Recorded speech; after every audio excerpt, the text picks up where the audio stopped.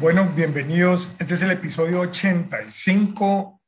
Quiero dedicarlo por mis amigos, parte de esta familia espiritual que se contagiaron con COVID y ahora están con COVID, pues quisiera dedicarlo por ellos en este mes del corazón de Jesús.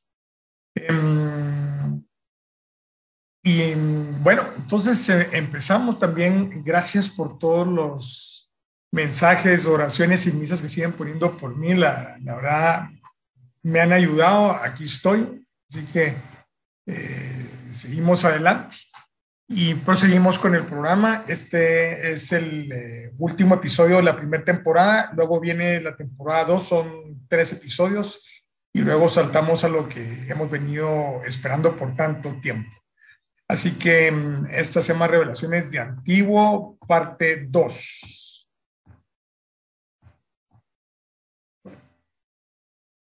Vamos a pedirle a la Virgen que nos acompañe. Qué mejor compañía que la Virgen, ¿verdad? Más que estamos hablando aquí de Jesús y la Eucaristía, fundamental para nosotros. María, Madre Jesús, Madre nuestra, te pedimos que nos acompañes y nos ayudes esta noche a desatascar nuestra alma, si estuviera atascada, y lograr un avance espiritual, aunque sea un pequeño paso en nuestro camino, nos orientes en el desierto de esta vida, dentro del corazón de Jesús, y que nunca vayas a permitir que salgamos de ahí. Te damos las gracias. Amén.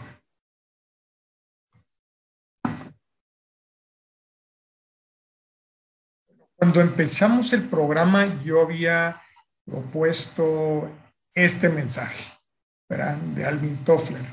Y el mensaje es proponer de olvidar algunas de las cosas que hemos venido haciendo desde niños, incluso acerca de la misa, la Eucaristía, y cambiarlo por algo nuevo. Esa era la propuesta y yo quisiera... perdón, me dicen que se quedó en el Ángelus. Voy a regresar, perdón. Gracias por el mensaje.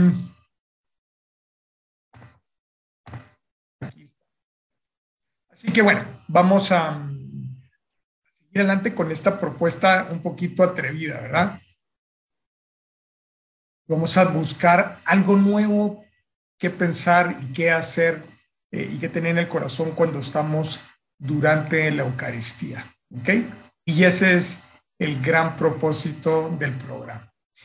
Entonces, la semana pasada estuvimos hablando acerca de estos hallazgos que les compartía, que encontré en particular de un sacerdote jesuita del año 1900, muy impresionante, ¿verdad? Y vimos lo que había descubierto y lo que está escrito en los escritos de los rabinos, cosa que a mí en particular me había impresionado mucho del tipo, digamos, de conocimientos que hay ahí y que yo desconocía por completo y que habían venido para traer y solidificar nuestra fe en Jesús.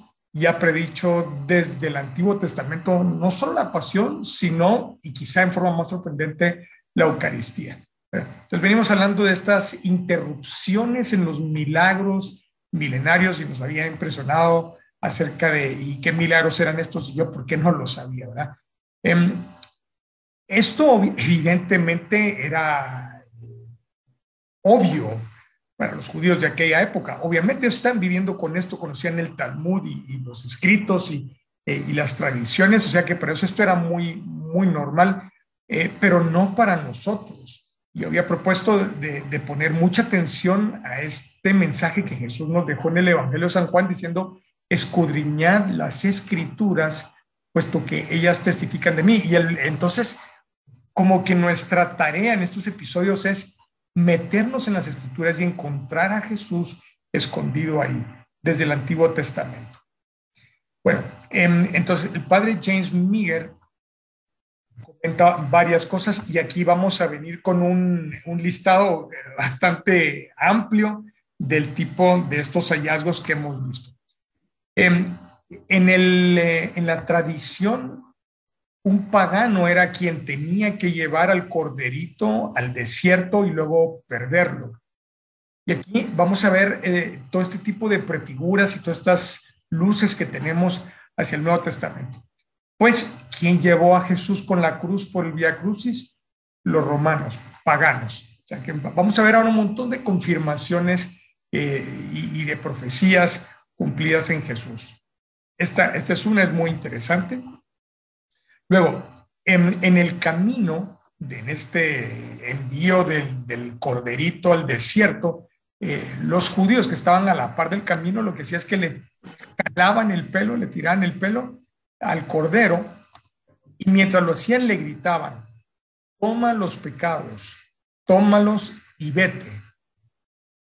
Es algo bastante impresionante cuando vemos de que eso es exactamente lo que hizo Jesús. Pues bueno, pues por ese mismo camino que hoy se llama el Vía Crucis, por ese mismo camino Jesús fue afuera de Jerusalén para ser crucificado. Y la gente le gritaba: crucifícalo. O sea que Jesús está viviendo lo que vivían los corderitos. Impresionante.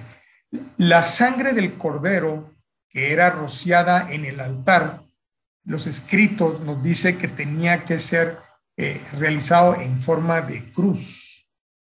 Que para ti, para mí, no nos impresiona, pero sí debiese impresionarnos el hecho de por qué en aquella época, cuando Jesús no había todavía venido al mundo, no se había encarnado, por qué el reglamento era en forma de cruz.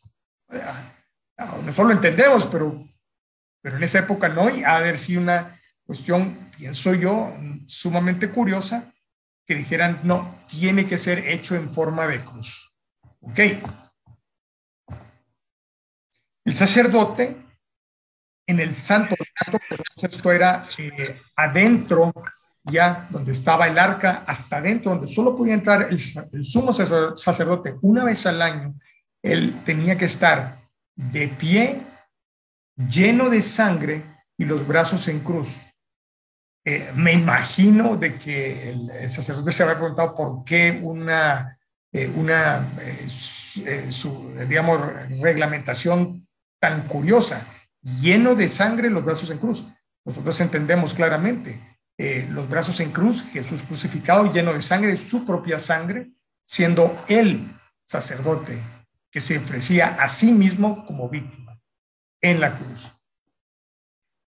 Ahí mismo en el Santo de los Santos, si recordamos que habíamos venido hablando en el pasado, había, dentro de lo que había ahí guardado, que estaba el arca, pero había también pan y vino con agua.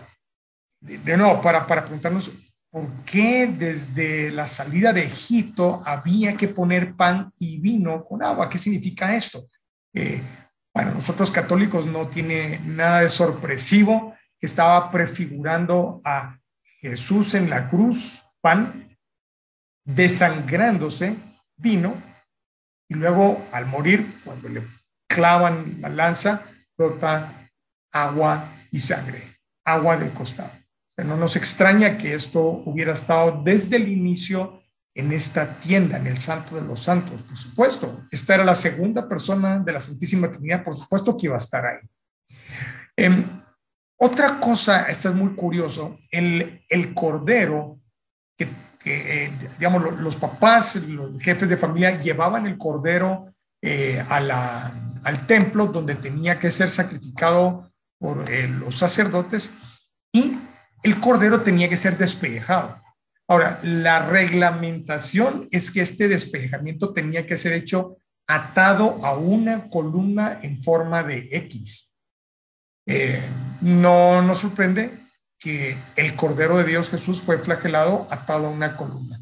Y ese despellejamiento es exactamente lo que le hicieron en la flagelación. Prácticamente lo deshicieron, le arrancaron la piel con todas las terminaciones de los látigos, que eran pedacitos de hierro como dientes, como anzuelos, pedazos de hueso. Lo deshicieron. Tristemente, algo horrible, prefigurado ya desde el Antiguo Testamento. Luego, esta es particularmente llamativa. También la reglamentación era que el cordero tenía que ser colocado en dos palos y se denominaba literalmente crucificar el cordero. Imagino yo que para los hebreos ha sido una cosa muy curiosa de que por qué había que crucificar el cordero y ponerlo en dos palos. Digamos que la metodología era que el jefe de familia llevaba el cordero al templo, él mismo lo llevaba, le quitaban la piel y lo sacrificaba, para luego él sacrificarlo, ¿verdad? O sea, esto era el procedimiento, el sacerdote lo sacrificaba. Una vez muerto, le daban los dos maderos para que él mismo crucificara a su corderito. Luego, entonces, ya crucificado, se lo ponía sobre la espalda y se lo llevaba así, cargado, con el cordero crucificado en su espalda, cargado, hasta la casa donde lo cocinaban y se lo comían en la Pascua. Recordemos, para que el sacrificio fuera válido en la Pascua hebrea, tenía que comerse. Esto era fundamental. Si no se comía, esa Pascua era inválida. Entonces, se mataba y se comía. Y se comía en la Pascua. Este punto en particular del sacrificio, a ti a mí no lo tienen que explicar un montón de veces para que nos entre en la cabeza, pero para ellos esto era obvio, ¿verdad? Porque el concepto del sacrificio significaba matar y comer, que eso es lo que vimos con Jesús. Muere el viernes, es comido el jueves en la Eucaristía.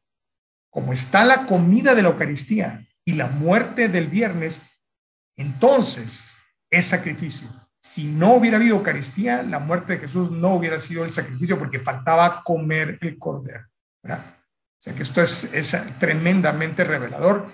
Y aquí en la imagen abajo a la derecha puedes ver la forma en que está crucificado el corderito, ¿verdad? Aquí abajo.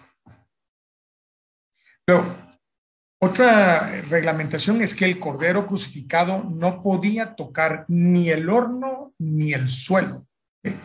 Y la otra es que tenía que ser consumido por el fuego. Cuando vemos a Jesús elevado en la cruz, es exactamente lo mismo. No está tocando el suelo, está en el aire. Y esto de ser consumido por el fuego, en los escritos que están en este libro que compartíamos, está consumido por el fuego, es el fuego del Espíritu Santo. O sea que Jesús le consumía ese amor por nosotros, el anhelo de querer algo que ni tú ni yo, o por lo menos yo jamás haría, es pasar la pasión que tuvo Jesús para morir por un pecador. Eso, como San Pablo dice, eso nadie lo hace. Dice, quizá por algún justo alguien podría morir, pero por un pecador no lo haría nadie, y peor, el tipo de muerte de Jesús. Pero Jesús nos quiere tanto que eso es lo que él quiso hacer. Y entonces ese fuego del amor del Espíritu Santo es el que tiene por nosotros. Y el color de Jesús muerto, el cadáver de Jesús, a causa de la sangre derramada, el suero salido de él, la piel abierta, daba la impresión como que hubiera sido asado. O sea, ese color que tenía es una cosa muy impresionante, pero eso era lo que teníamos ahí y era un reflejo exacto de lo que realmente había pasado por milenios con los corderitos que eran sacrificados. Esto es lo que Jesús también había hecho él mismo. Luego, el cordero tenía que ser comido completo, cabeza, patas, entrañas. Suena tremendo, lo puedes leer en Éxodo 12, ahí está. Pero empieza a prefigurar esto la Eucaristía, ya desde el Éxodo. Porque nosotros tenemos que comer el cordero, tenemos que ir a misa y comulgar en estado de gracia. Ojo con eso, jamás, nunca, por nada del universo comamos el pecado mortal. Es más, jamás cometamos un pecado mortal, pero si alguien tiene la desgracia horrenda de cometer un pecado mortal, no puede comulgar, tiene que ir a confesarse y con todo el dolor del corazón pedir el perdón en la confesión y hacer la penitencia que el sacerdote le ponga y hacerla con la mayor dedicación posible. Bueno, entonces tenemos que comulgar, es mandatorio, esto viene desde hace, desde la época del Éxodo, esto así fue creado por Yahvé, ¿verdad? Y la Eucaristía es Cristo completo, por eso había que comer el cordero entero, cabeza, patas, entrañas, nosotros comemos a Cristo entero. resucitado. Por muy raro que suene, pero esto es lo que él quiso inventar para estar con nosotros. Luego, algunos de los sacrificios se realizaban afuera de la ciudad. Ya sabemos que Jesús en el Calvario, el Gólgota, está afuera de Jerusalén. Por lo tanto, otra prefigura que es cumplida por Jesús.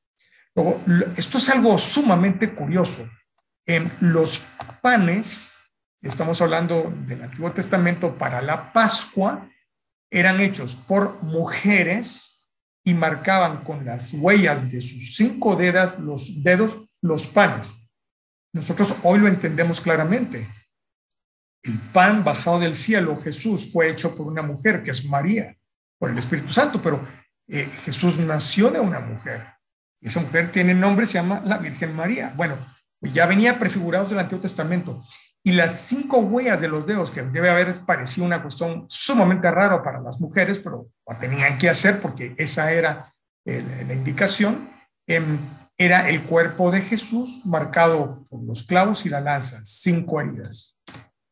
Ya estaba prefigurado ahí también. Luego, el sacerdote elevaba el pan y el vino y los mecía a los 4 puntos cardinales, y al hacerlo iba formando la cruz. Eso era lo que iba quedando dibujado, con el cual nos está diciendo desde antiguo: Jesús en la cruz muere por todos, los del norte, los del sur, los del este, los del occidente, todo el mundo está incluido en esta muerte de Jesús. Somos redimidos todos, hasta la gente que está en el infierno ha sido redimidos. Salvación es otra cosa. Salvación ya depende de nuestra colaboración, pero Jesús nos dio la posibilidad de ir al cielo para el que quiera. El que quiera es el que vive de acuerdo a lo que Jesús nos enseña. O sea, dice, ¿por qué me dices Señor, Señor, y no haces lo que te digo? O sea, que este amor por Jesús incluye cumplir los mandamientos. El que hace eso se salva. Luego, al momento que Jesús moría, sucedieron una serie de milagros, los reportan los evangelios. Hay otros que no lo reportan los evangelios, pero que eran parte de las costumbres que estamos hablando, como la lana escarlata que se volvía blanca, ya sea en el cachito de los corderitos, ya sea la que estaba atada a la puerta del templo. En ese momento de la muerte de Jesús estaban sucediendo los milagros por última vez. A partir de ahí no volvieron a suceder ninguno de ellos. Muy impresionante. Ok, vámonos de regreso al pasado. La sangre que se ponía en las puertas tenía que ser aplicada con hisopo. Eso está en Éxodo 12, si tú lo quieres leer. Ese era el mandato en Egipto. Tenía que usarse esta planta, ¿verdad?, que tenía capacidad de absorber los líquidos, como sería la sangre, y con esto pintaban arriba y los 2 lados de la puerta. Ok. Este hisopo, si recordamos también a lo largo del Antiguo Testamento, se usó para purificar la lepra. La lepra era el símbolo de pecado. O sea que había una asociación muy curiosa entre el hisopo y el pecado, y cómo el hisopo servía para purificar el pecado, que era la lepra, el símbolo, digamos. Y ahora, si nos vamos a San Juan, en el capítulo 19, vemos que en la cruz le ofrecen a Jesús el vinagre, que esta es la 4ª copa que hablamos el otro día, y el vinagre sabemos que está hecho de vino y agua. Entonces, le ofrecen el vinagre con hisopo.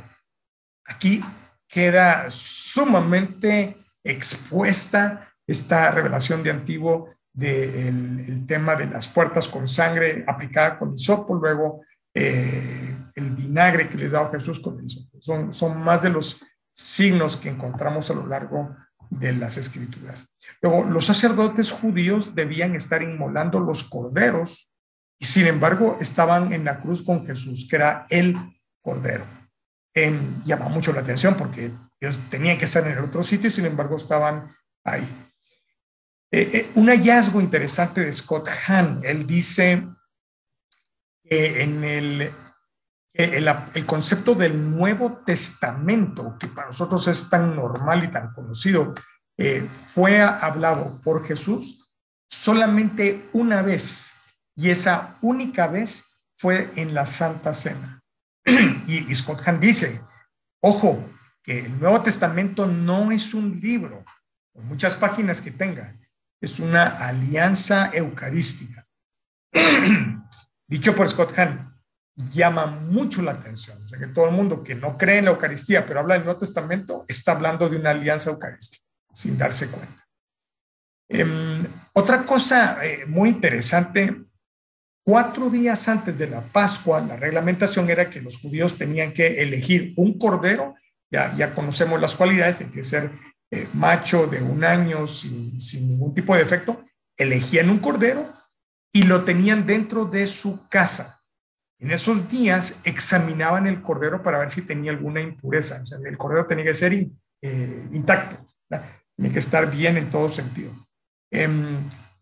Como una curiosidad, en esos 4 días, imaginemos el cariño que se le tomaba al cordero, ¿verdad? Después de tener un animal tan bonito, tan simpático como un corderito y los ruiditos que hace y todo, después de 4 días todo el mundo pues tendría algún tipo de apego al animalito. Pensar que luego había que matarlo era muy duro, pero no dejaba en cierta forma de hablar del amor a Jesús por el sacrificio que él hizo por nosotros. Ok, 4 días antes de Pascua. Y 4 días antes de la Pascua es cuando sucede la entrada triunfal de Jesús en Jerusalén y luego entra directamente al templo para purificarlo de los cambistas. Nos recordamos cómo tira las mesas y dice que convirtieron la casa del Padre en una cueva de ladrones. Y esto es lo que Jesús hizo entonces cuando entra a Jerusalén. Y mientras lo hacía, los corderos estaban entrando a las casas de los judíos. ¿Qué forma tan maravillosa de revelarlo una vez sucede toda la vida de Jesús y la muerte y la resurrección? Todo esto cobra una vida increíble. Y quizás parte de esto es lo que él habrá explicado también a los discípulos de Maús, ¿verdad? Mientras tanto, los judíos examinaban al cordero y los sacerdotes a Jesús. Interesante. Ok, uno de los grandes comentaristas de hoy, de las escrituras, se llama Brant Pitre. Tiene unos escritos muy buenos. Yo los invito también que lo busquen en YouTube para oír las prédicas de él. Son fascinantes. Él comenta que, vámonos un poquito a los inicios del año 0 de la era cristiana. Dice, María se dirige a Belén con San José. María fue a Belén. Belén literalmente significa casa de pan. María va a casa de pan. María va a Belén. Steve Ray comenta, es otro comentarista, él es un ex hermano separado protestante, ahora es católico, un gran católico. Steve Ray dice que ponen a Jesús bebé en un pesebre. Un pesebre es donde comen las ovejas. ¿Ok? Entonces, María va a la casa del pan, pone a Jesús donde comen las ovejas, y ella, siendo la madre del pan de vida, porque es así como se llama Jesús a sí mismo, lo vemos en San Juan capítulo 6, queda un concepto sumamente interesante. El pan vivo bajado del cielo va a la casa de pan, se pone donde comen las ovejas, que somos tú y yo, para que las ovejas se coman donde ponen a Jesús. La oveja come esto, tú y yo, ovejas, comemos la Eucaristía. María es la madre del pan de vida. Es un círculo 360 fantástico que nos habla en una forma bien oculta algo fascinante acerca de la Eucaristía. Y ahí estuvo. Y nadie lo vio venir. Nadie. Pero pasan los años y de repente empiezan a descubrirse estos pequeños detalles. La Eucaristía es Jesús. Bueno, más detalles altamente sorprendentes. Vemos en Levítico 24, habla que en el tabernáculo había varias cosas. Un candelabro, el cual representa la tercera persona de la Santísima Trinidad, el Espíritu Santo, la luz, el candelabro, ¿verdad? El arca, que representa a Dios Padre, y una mesa con 12 rodajas de pan, que representa a la segunda persona de la Santísima Trinidad, al Hijo. Ok, esto es revelador, muy revelador. Por todo el desierto, los hebreos están llevando el arca que contiene a la Santísima Trinidad y no lo sospecharon nunca. Estaban demasiado jóvenes como pueblo para entender que este Dios único es 3 personas, un solo Dios. pero ya nos lo está diciendo desde la salida de Egipto. Esto es algo fascinante. Bueno, más interesante podría ser incluso saber que esta mesa con las 12 rodajas de pan que representa en aquel momento las 12 tribus, y ahora tenemos esto, se complementa con los 12 apóstoles, siendo San Pablo el que sustituye a Judas. El nombre que tiene este pan es un nombre muy curioso, se llama pan de la presencia. Pan de la presencia. ¿Presencia de qué? Presencia de Dios en el pan. O el otro nombre que tiene el pan es el pan del rostro de Dios. Paremos con esto. En la tienda de los hebreos, a lo largo de la historia de Israel, se encontraba la figura de la Santísima Trinidad, la que representaba a Jesús, es el pan de la presencia de Dios en el pan. Ojo, presencia de Dios en el pan, Eucaristía, o pan del rostro de Dios. Recordemos Jesús, y nos lo dice así San Pablo, es la imagen visible del Dios invisible, por lo tanto, el rostro de Dios hay que ver a Jesús, y por eso es el pan del rostro de Dios. Aquí está hablando de la Eucaristía directo a nuestra cara, aquí está, esto es la Eucaristía. Y dice que esta era la alianza perpetua, lo cual significaba la presencia continua, perpetua de Dios con su pueblo, el candelabro siempre encendido. Esto se presentaba cada día sábado, ahora en la era cristiana sustituido por el día domingo en honor a la resurrección de Jesús, primer día de la semana. El Talmud, aquí está en qué parte, en qué libro exactamente es que esto está mencionado. Dice, 3 veces al año cada hombre judío debía ir al templo y el sacerdote presentaba al pueblo no el arca, no el candelabro, sino la mesa con el pan. De los 3 elegía el segundo, la segunda persona, Jesús en el futuro.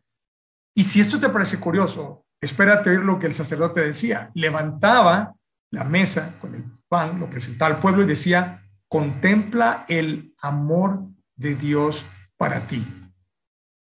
Qué curioso, que le enseñe el pan y diga, contempla el amor de Dios para ti. Hoy en día todo lo entendemos muy rápidamente. Aquí está diciendo, este pan es la Eucaristía. La Eucaristía es el amor de Dios para ti. ¿Por qué? Porque Dios se encarna, se hace hombre, tiene una muerte espantosa, es enterrado, resucita, asciende al cielo, es entronizado, glorificado, se sienta para siempre a la derecha del Padre y desde el cielo, sin dejar el cielo, viene Él resucitado a nuestros altares en la Eucaristía. Este es el amor de Dios para ti. ¿Quién diría que en aquellos días, por tantos siglos, eso es lo que estaban prefigurando y nadie ni siquiera lo sospechaba? Nadie. ¿Okay? La otra cosa, y perdón, lo dije, tengo una duda aquí con esto. El pan de la presencia tenía que estar siempre acompañado por la lámpara y la lámpara siempre encendida. No estoy claro si era siempre dentro del tabernáculo o también cuando lo presentaba el sacerdote. No estoy claro con esto, pero lo que está en el Talmud es que la lámpara debe estar siempre encendida, representando al Espíritu Santo y acompañando al pan de la presencia. Hoy, la Eucaristía.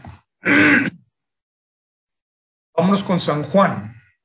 Tremendo. Dice, aquí hay una como ilustración abajo. Dice, vio 2 ángeles vestidos de blanco sentados, esto es en el sepulcro, sentados donde había estado el cuerpo de Jesús. Uno a la cabecera y el otro a los pies. Esto es San Juan 20.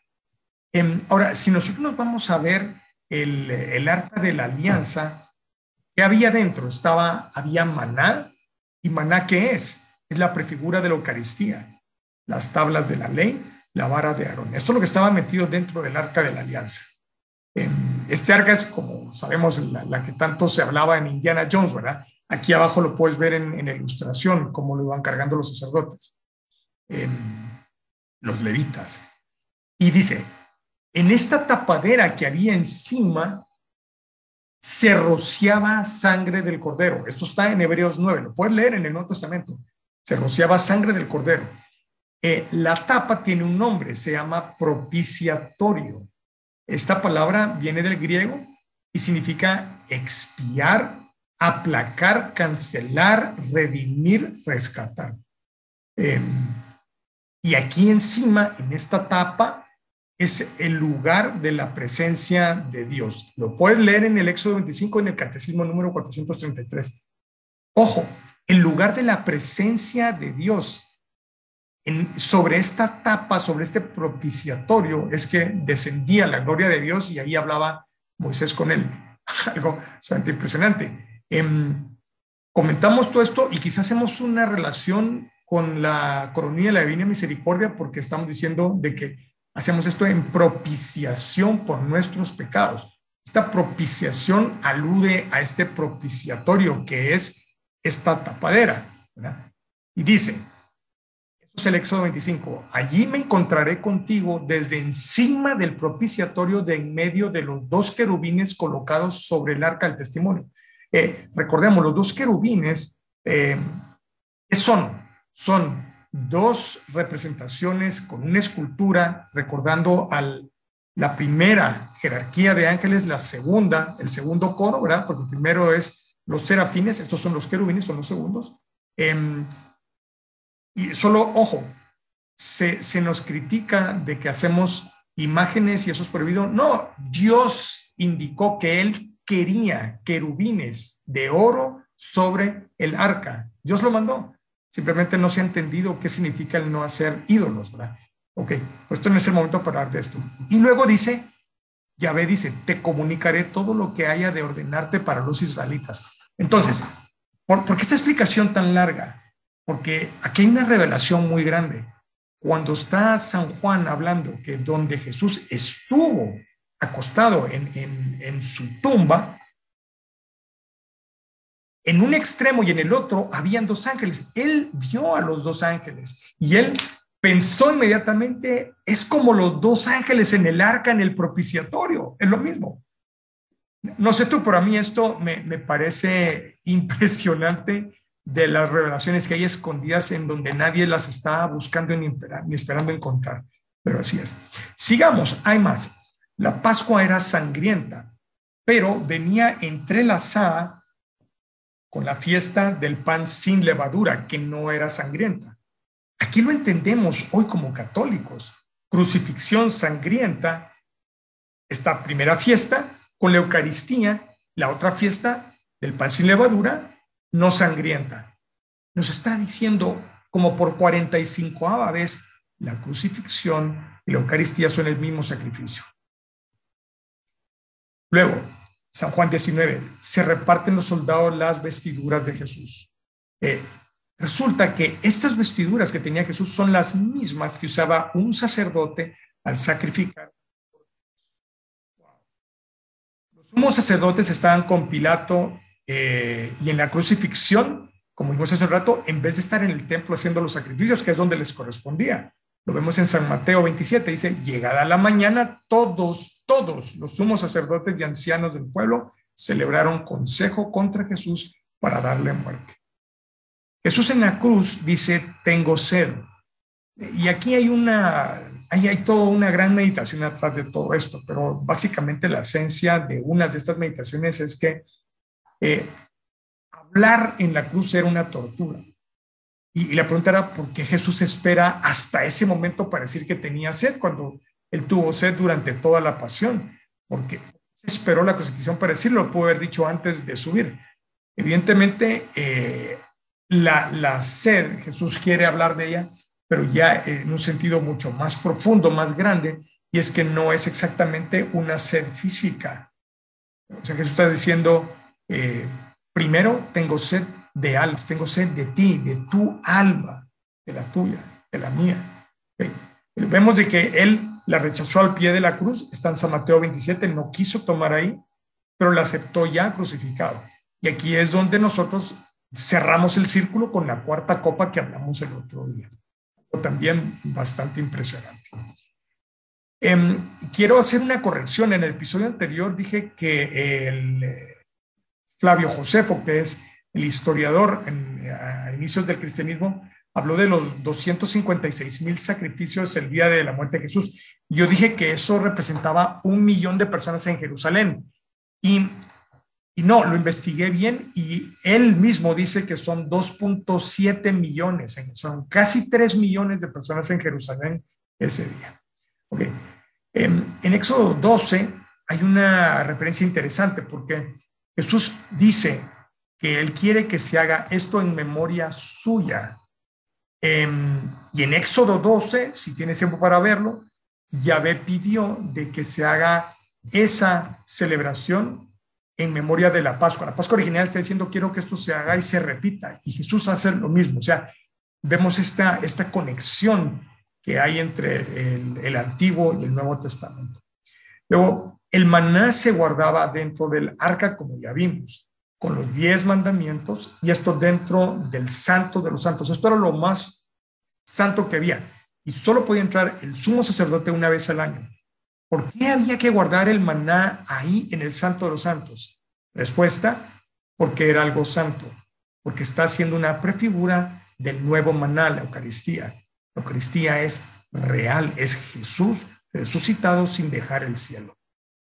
Luego, Brandt Pitre comenta, si el antiguo maná era sobrenatural, el nuevo maná tiene también que ser algo sobrenatural. No puede ser un símbolo, es algo mucho más grandioso. No, para tener esto en mente. Luego, el maná no era un milagro transitorio, sino que preexistía desde el principio. ¿Qué significa esto?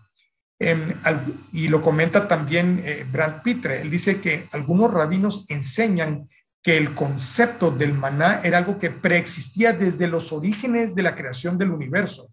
Y encontró una alusión de esto en Éxodo 16:4, si lo quieres buscar.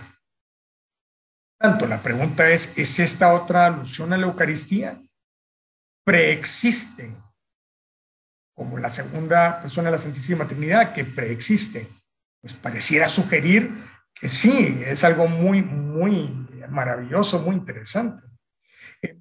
Otros rabinos enseñaron que el Mesías iba a traer consigo maná. Pensemos que antes de que Jesús se encarnara y viniera al mundo, esta enseñanza estaba en los rabinos. Decía, el Mesías va a venir en el futuro y va a traer consigo maná. ¿Ok? ¿Y quién es Jesús? Jesús es la Eucaristía. Ya estaba predicho, profetizado en el Antiguo Testamento a través de estas enseñanzas rabínicas. ¿Okay? Y el Talmud directamente, ya ni siquiera como una opinión de nadie, el Talmud dice de que el maná tenía propiedades milagrosas. Ya está claro para nosotros, la Eucaristía es Jesús resucitado, por eso es que tiene propiedades milagrosas. Y el Mesías, que es Jesús, Él es el maná, Él traía el maná porque Él era el maná. El pan del cual rezamos en el Padre Nuestro, más que una alusión de las cosas materiales cuando decimos del pan nuestro cada día, podría ser una alusión así, Señor, no te olvides de darnos el alimento, el vestido, que tomar. Está un poquito redundante porque ya Jesús había dicho, está al inicio de San Mateo, dice, no os preocupéis que vais a comer, que vas a vestir, vuestro Padre lo sabe.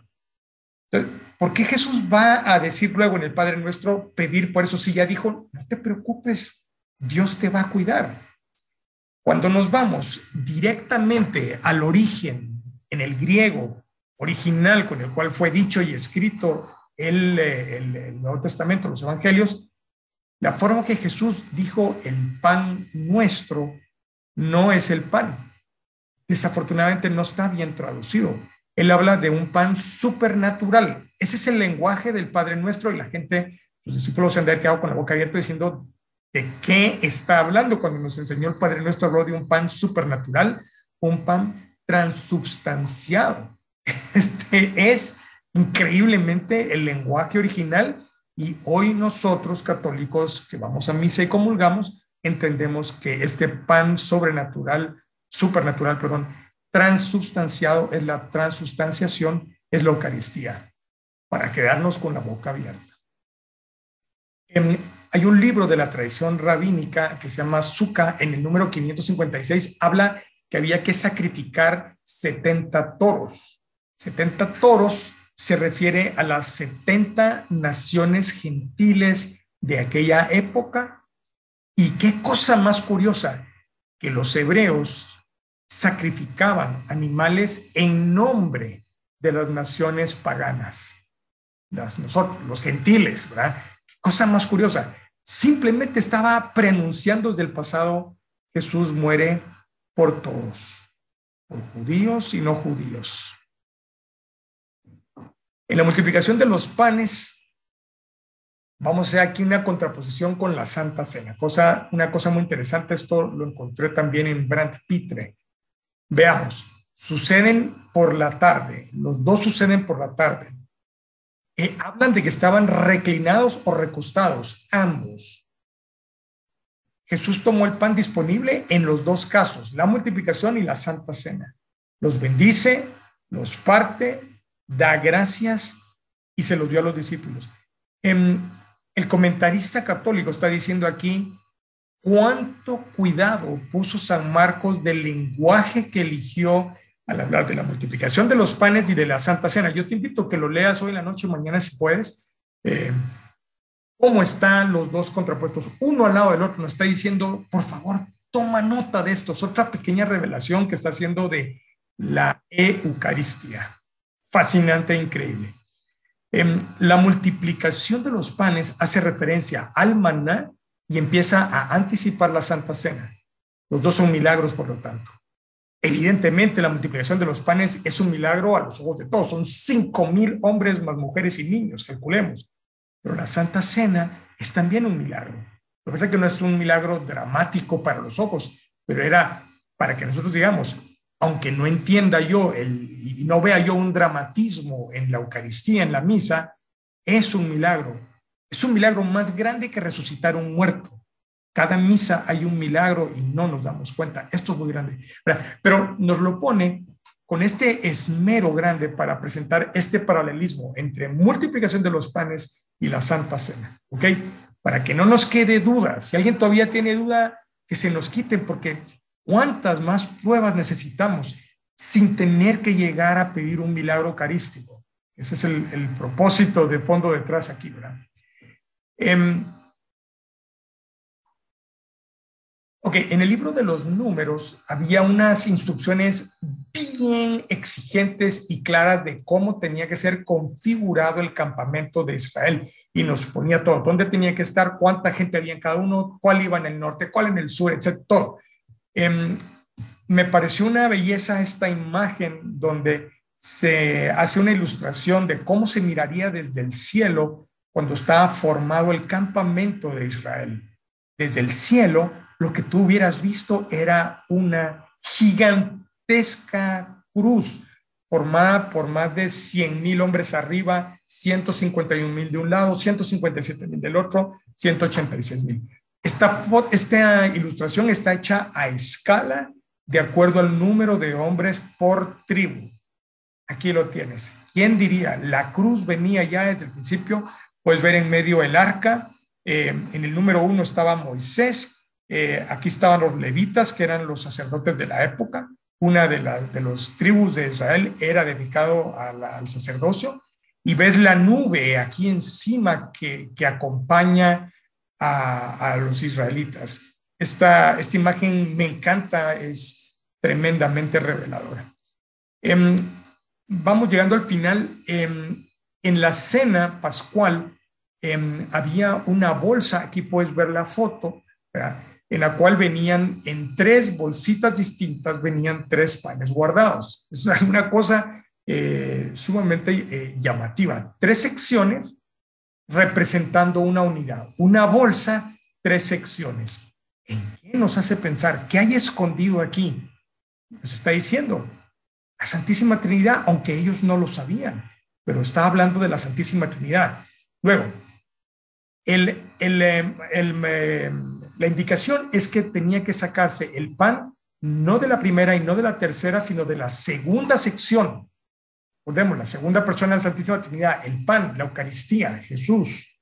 que claro está, este pan tiene nombre, se llama pan de la aflicción. Si representa a Dios en su aflicción, es Jesús y su pasión, la aflicción. Es un pan sin levadura, y antes de ser cocinado tenía que ser punzado, taladrado, que nos hace pensar en la crucifixión de Jesús.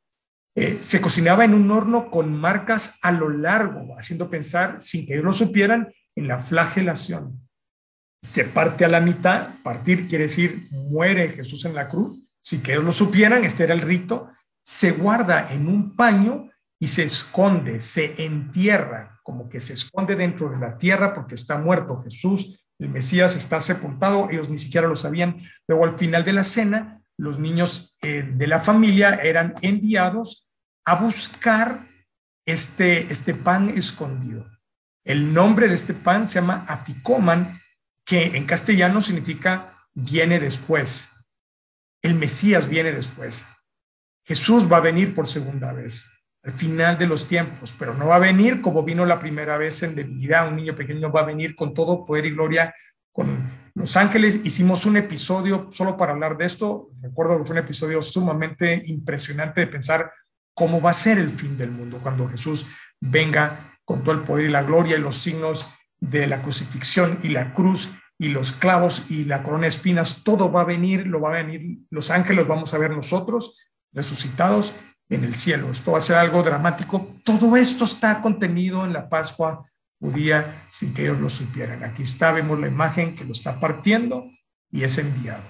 Bueno, aquí está una foto de lo que encontré directamente de todos estos milagros milenarios y cómo desde el año 70, tal y como lo dice, aquí lo puedes ver subrayado, dejaron de haber sacrificios. ¿Por qué? Porque en el año 70 el templo es arrasado, destruido, y ahí termina todo. ¿Okay?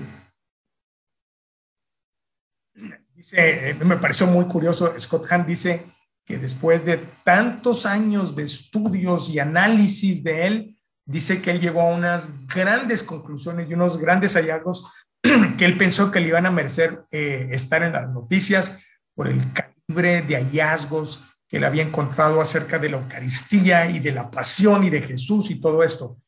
Y él comenta en un video que poco tiempo después, ¿cuál fue su sorpresa de darse cuenta que eso estaba en el catecismo para los niños?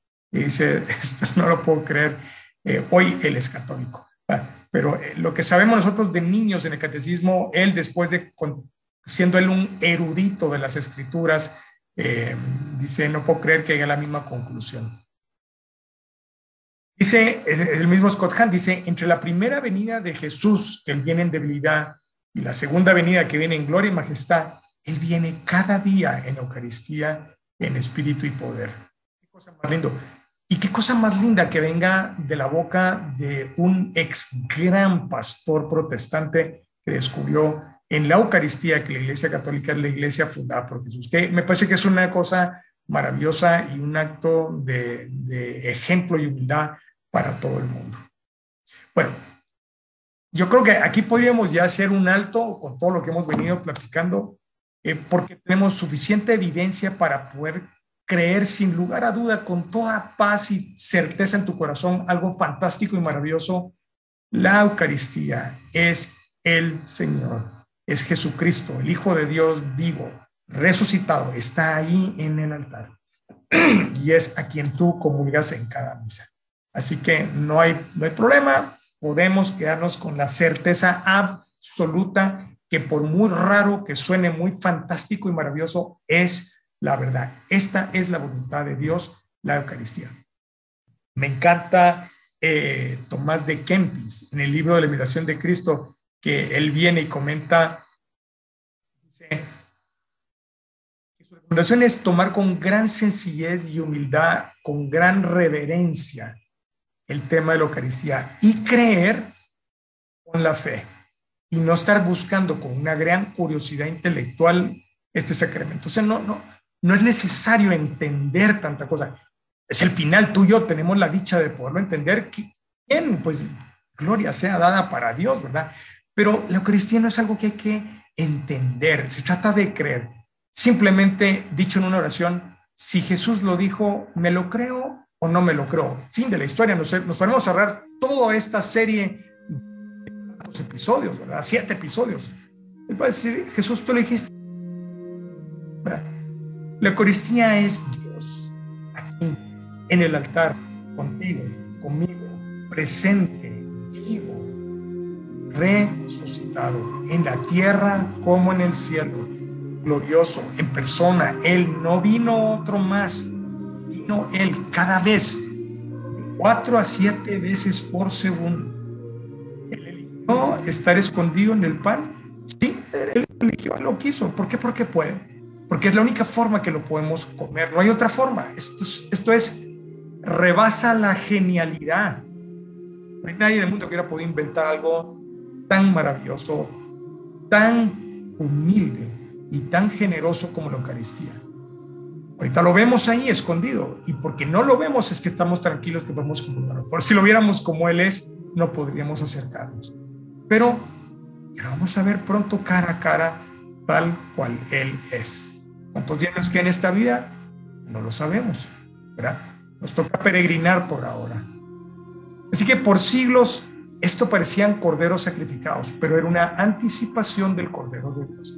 Parecía una víctima del odio y la injusticia. Es una ofrenda de amor para quien quiera hacerla propia.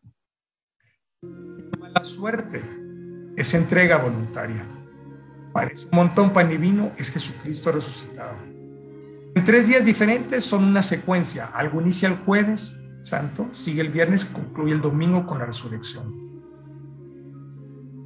Por lo tanto, el Calvario empieza en la Eucaristía, donde se come la Pascua, se bebe, y termina en el Calvario cuando muere el sacrificio.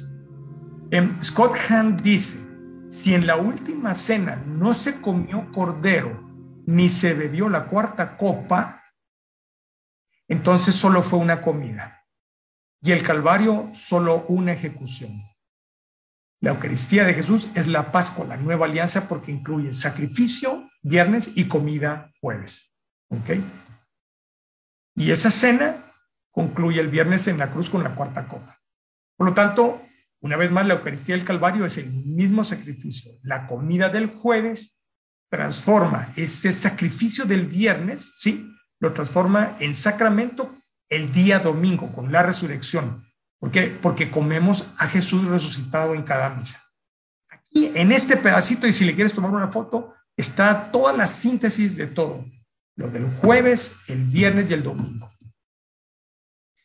La misa entonces te sitúa en el Calvario, cuando Jesús, nuestro Señor, se entregó por ti hace 2000 años. Y la gran pregunta, ¿pero y cómo lo hago presente hoy? Tú, ¿cómo lo haces presente en tu vida? Con la resurrección, el Cordero se hace Eucaristía para que lo comas sacrificado. Cuando lo comes, cuando vas el domingo o el viernes o el lunes a misa y comulgas, haces tuyo nuevamente este acto de Jesús, porque lo comes. Y desde el cielo viene como el nuevo maná para comerlo hoy y hacerlo tuyo, mío y de todos. Mira esta imagen, esta foto.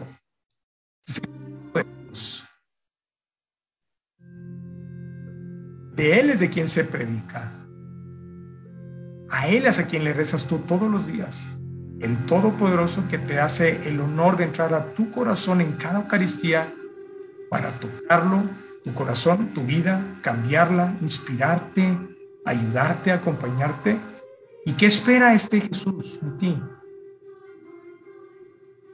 Que lo honres, que lo adores, porque Él es Dios. Esta forma consagrada, por mucho que parezca pan, está vivo. Ojo, este pan no es pan. Eso que comulgas está vivo. Eso que comes está vivo. Es una persona, aunque no parezca. Y la pregunta es, ¿pero por qué quiere hacer semejante cosa Dios? Porque quiere estar en tu corazón. Ser parte importante de tu vida. Quiere salvarte. Quiere aplicarte los méritos de la pasión y profundizar su relación de amor contigo. Porque te ama. Que no se nos olvide nunca. Comulgas a Jesús resucitado en el cielo sin dejar el cielo. Una persona divina. Pensar lo que está haciendo de cambiar su forma a algo que tú puedas comer y beber para establecer su reino de amor y de paz en ti. Eso es lo que está haciendo Jesús. Así que por nada del mundo dejes de comulgar, ponte en gracia, no comulgues jamás en pecado mortal. Y el mensaje es, nunca cometamos un pecado mortal. De hecho, ningún tipo de pecado, nunca, jamás. Seamos santos, ese es el mensaje, la santidad, al final, ¿verdad? Para poder ir y comulgar. ¿Será ese nuestro sueño? 31 de diciembre, 12 de la noche, ¿cuál es mi sueño para el año entrante? Ser santo. Si nos hacemos mucho relajo de qué debiésemos estar pensando el año entrante, ese debe ser, es el gran sueño de todo ser humano, de todo católico, todo cristiano, ser santo, la santidad. A Sor Josefa le dice, la amargura que me causa esta alma haciéndome entrar en su corazón. Obviamente esa alma estaba en pecado. Qué amargura esa comunión. Santa Faustina le dice, voy a algunos corazones como a otra pasión. ¿Por qué? Porque están en pecado y van a comulgar en pecado. Y Jesús dice, aquí inicia una nueva pasión para mí. ¿Sí? Y a veces tal vez uno se pregunta, ¿cuánta gente comulgando y el confesionario medio vacío? ¿Habrá alguna comunión sacrílega? No lo sabemos. Pero valdría pensar que alguna vez en algún lugar podría haberlo y debiese alguien reparar por eso, o para ofrecer la comunión por esta intención, ¿verdad? Bueno, la semana entrante empezamos entonces la segunda y última temporada de la Eucaristía y el episodio 1 se llama El Gran Misterio. Ya con esto se termina la introducción, ya podemos entrar directo a hablar un poco más de la misa, ¿verdad? Nos falta un par de cosas antes de llegar ahí.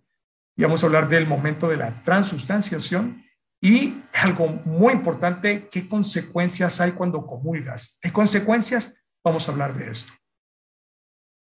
No se nos olvide que hablar de la Eucaristía es hablar de esa misericordia de Jesús. Y por eso mismo yo quisiera pedirte de verdad del fondo del corazón todo el amor que tengas por Jesús. Misericordia palina, misericordia, cuánta comunión sacrílega hay. Nosotros la habremos hecho alguna vez en la vida, tenemos que reparar. Todos los primeros viernes, ojalá tengas tú esa preciosa costumbre de ir primer viernes y primer sábado de cada mes. No por las promesas que Jesús ha hecho y la Virgen, no por eso, es porque de verdad Dios se lo merece y la Virgen también, reparar. De mi parte, si ya adquiriste el hábito por 85 episodios de hacer una misa por mi familia y quieres seguir haciéndolo, yo de corazón te lo agradezco, de corazón literalmente. Si te es posible, te quedamos en deuda por toda la vida, cómo poder pagar una misa, ¿verdad? Pues esto fue entonces las revelaciones de Antiguo, la parte 2, la parte última. Todo esto lo encuentras en el website, ya vimos todo el contenido que hay en corazondejesusymaria.com. Todos los materiales, hay mucha cosa para ti. Y ahora, bueno, como familia de oración, vamos a dedicar un segundo. Ojalá tengas ya identificada la oración de esta noche, la petición. Si te es posible, anota, la verdad. Y básicamente, pues, un segundito. Y te queremos pedir, Espíritu Santo, que nos inspires a elegir qué intención deseas que hagamos esta noche nosotros como familia espiritual, como familia de oración. Y Padre Celestial, en el nombre de tu Hijo Jesús, venimos una vez más esta semana con gran agradecimiento. Yo tengo demasiadas cosas que agradecer, no voy a enumerar aquí para que no se nos pase una hora, pero te estoy agradecido particularmente por el don de la vida y por esta familia espiritual. Y venimos a ti con toda la humildad, sabiendo que todo es un regalo tuyo. No merecemos nada, todo es en nombre de Jesús y te queremos reconocer y agradecer esto. Y si tenemos intenciones para nuestra vida, queremos que se haga tu voluntad y si es distinto a lo que queremos pedirte, pues qué bien, que se haga tu voluntad. Pero de parte nuestra, en el nombre de Jesús, tu Hijo, nuestro Salvador, y por sus méritos, te pedimos tu intervención favorable ante las diversas intenciones que esta familia te presenta esta noche. Te damos las gracias por lo que desees realizar misericordia, sabiduría. Te lo agradecemos desde ya. Y María, como no, por supuesto, Madre Jesús, Madre nuestra, estás siempre con nosotros, te agradecemos y te pedimos, si está bien contigo, que intercedas ante la Santísima Trinidad en el nombre de Jesús por estas intenciones.